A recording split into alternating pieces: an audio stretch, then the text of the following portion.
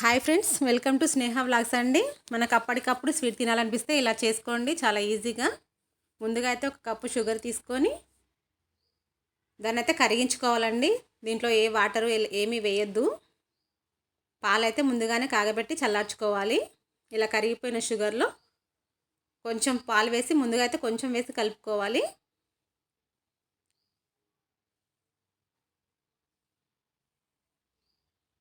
ఫస్టే మొత్తం వేయొద్దు, పాలు ఇలా పైకి వచ్చేస్తాయి. కొద్దిగా వేసిన తర్వాత ఇలా కలుపుకొని మిగతా పాలు కూడా దాంట్లో వేసేసుకోండి. ఇప్పుడు ఈ పాలు షుగర్ మొత్తం కలిసిపోయేలాగా ఒక 2 నిమిషాలు అయితే మరిగించుకోవాలి.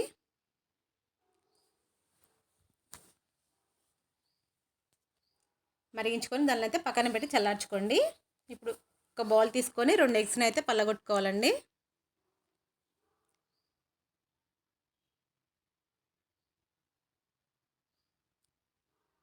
దాంట్లోనే ఒక స్పూన్ అయితే వెనిలా ఎసెన్స్ వేసుకోవాలి.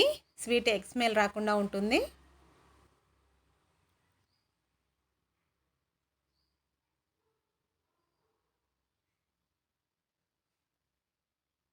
ఇప్పుడు దీన్ని మొత్తాన్ని ఒకసారి అయితే బాగా కలుపుకోవాలి.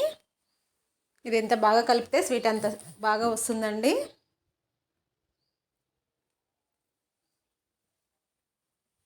ఇది బాగా కలిపేసుకోండి ఒక 5 నిమిషాలు.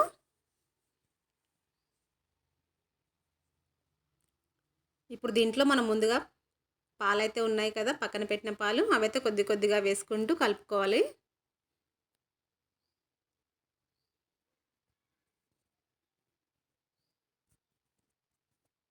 మనం ఇందాక షుగర్లో పాలు వేసి కాగబెట్టుకున్నాం కదా, ఆ పాలైతే ఇందులో వేసి కొద్ది కొద్దిగా కలుపుతూ ఉండాలి.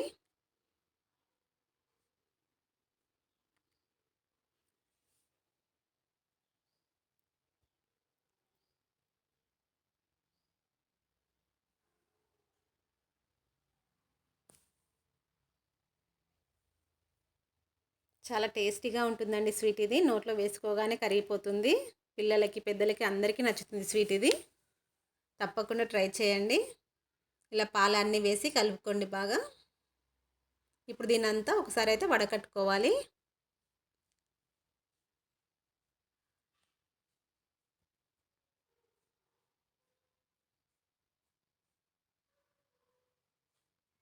ఇలా వడకట్టుకున్న దాన్ని చిన్న చిన్న బౌల్స్ ఉంటాయి కదా ఇంట్లో, ఆ బౌల్స్లో అయితే వేసుకోవాలండి. నేను ఇక్కడ 1/2 లీటర్ పాలు తీసుకున్నాను. నాకైతే 4 దానిలకైతే వచ్చిందండి ఇది.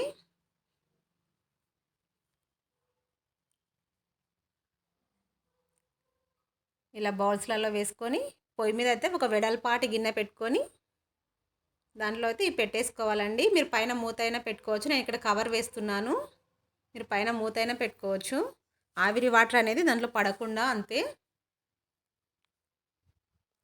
ఇలా కవర్తో క్లోజ్ చేశాను. మీరు పైన మూత అయినా పెట్టేసుకోవచ్చు. స్టీల్ ప్లేట్ కానీ ఏదైనా.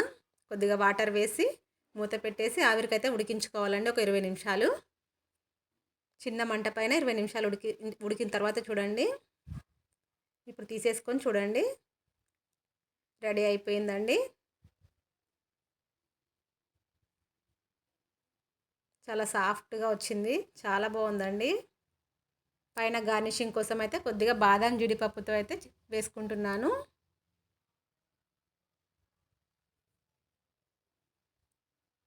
యమ్మీ యమ్మీ స్వీట్ అయితే రెడీ అండి. నచ్చితే కనుక ఒక లైక్ చేసి సబ్స్క్రైబ్ అయితే చేసుకోండి.